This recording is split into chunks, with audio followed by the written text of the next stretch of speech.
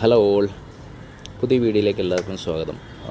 ഇപ്പോൾ നിങ്ങൾ കാണുന്നത് എൻ്റെ അക്വേറിയത്തിൽ ഉണ്ടായ ജാവ ഫേൺസിൻ്റെ ഡോട്ടർ പ്ലാന്റ്സ് ആണ്.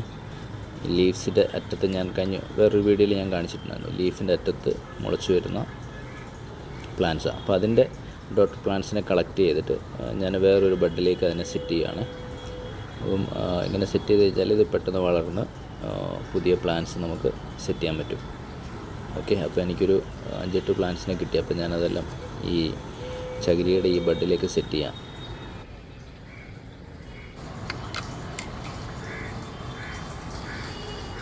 അങ്ങനെ നമ്മളതിൻ്റെ റൂട്ട്സൊക്കെ ഈ ചകിരിയുടെ ബഡിലേക്ക് സെറ്റ് ചെയ്യുകയാണ്. നല്ലോണം ഫിക്സ് ചെയ്തിരിക്കാൻ വേണ്ടി നമ്മൾ വെള്ളത്തിൽ ഇറക്കി വെക്കുമ്പോൾ അത് പൊങ്ങിപ്പോകരുത്. അപ്പോൾ അതിനനുസരിച്ച് കറക്റ്റായിട്ട് ലെവൽ ചെയ്ത് സെറ്റ് ചെയ്യാം.